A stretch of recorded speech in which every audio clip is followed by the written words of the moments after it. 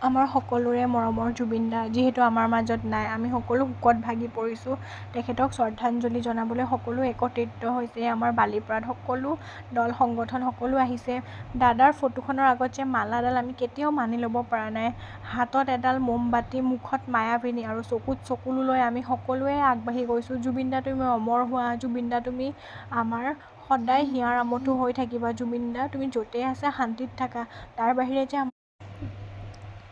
তাৰ বাহিৰে যে আমাৰ ক'বলৈ একো ভাষাই নাই।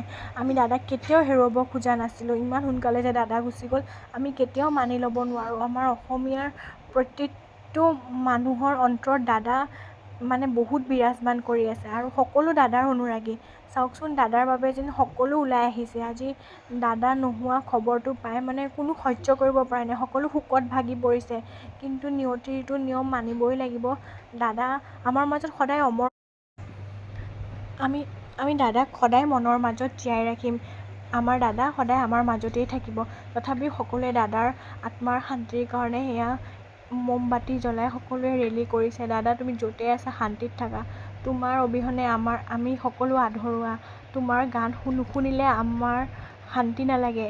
দুখত হওক সুখত হওক সকলো সময়তে কেৱল তোমাৰ গান। সৰুৰ পৰাই তোমাৰ গান শুনিয়েই ডাঙৰ হৈছোঁ দাদা। তোমাক কেতিয়াও পাহৰিব নোৱাৰোঁ। তুমি অমৰ হোৱা দাদা। তুমি যে গাইছিলা পপীয়া তৰা, তুমি এটা ধুনীয়া তৰা হৈ জিলিকি থাকা আকাশত দাদা। তুমি উজ্জ্বল নক্ষত্ৰ হয় দাদা। তুমি সদায় অমৰ হৈ ৰ'বা জুবিন দা। তুমি সদায় অমৰ হৈ ৰ'বা।